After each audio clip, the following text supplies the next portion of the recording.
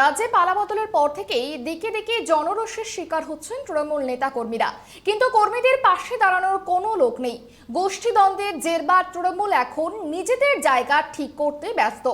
এবার নির্বাচন পরবর্তী হিংসায় আক্রান্ত ও নিপীড়িত দলীয় কর্মীদের পাশে দাঁড়াতে বড়সড় পদক্ষেপ তৃণমূল কংগ্রেসের। বিজেপির অত্যাচার, ঘরছাড়া পরিস্থিতি এবং রাজনৈতিক উদ্দেশ্যে দায়ের করা মিথ্যে মামলার সম্মুখীন হওয়া কর্মীদের আইনি সহায়তা দিতে চালু এক ডাকে অভিষেক হেল্পলাইন। সর্বভারতীয় তৃণমূল কংগ্রেসের সাধারণ সম্পাদক অভিষেক বন্দ্যোপাধ্যায়ের বিশেষ উদ্যোগে নির্দিষ্ট হেল্পলাইন নম্বর প্রকাশ করা হয়েছে।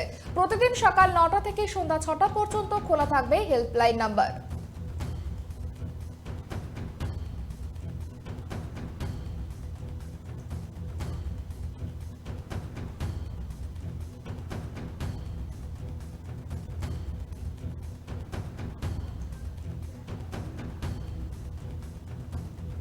যারা অ্যাক্টিভ আছেন তারা ইতিমধ্যেই গোটা বিষয়টায় যার যার এলাকা ভিত্তিক তারা আছেন, এবং কল্যাণ বন্দ্যোপাধ্যায়ও কিছুদিন আগে একটা পোস্ট করেছিলেন, যার যার সমস্যা হচ্ছে তারা যোগাযোগ করলে মাননীয় নেত্রী মমতা বন্দ্যোপাধ্যায় তাদের আইনজীবীদের যে নির্দেশ দিয়েছেন সে কাজগুলো ইতিমধ্যেই চলছে।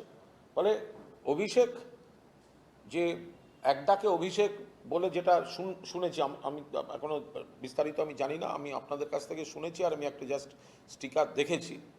ফলে এটা দলের একটা সামগ্রিক হেল্পলাইন না, এটা ওনার ব্যক্তিগত একটা কিছু, তো সেটা আমরা নিশ্চয়ই কথা বলে নেব।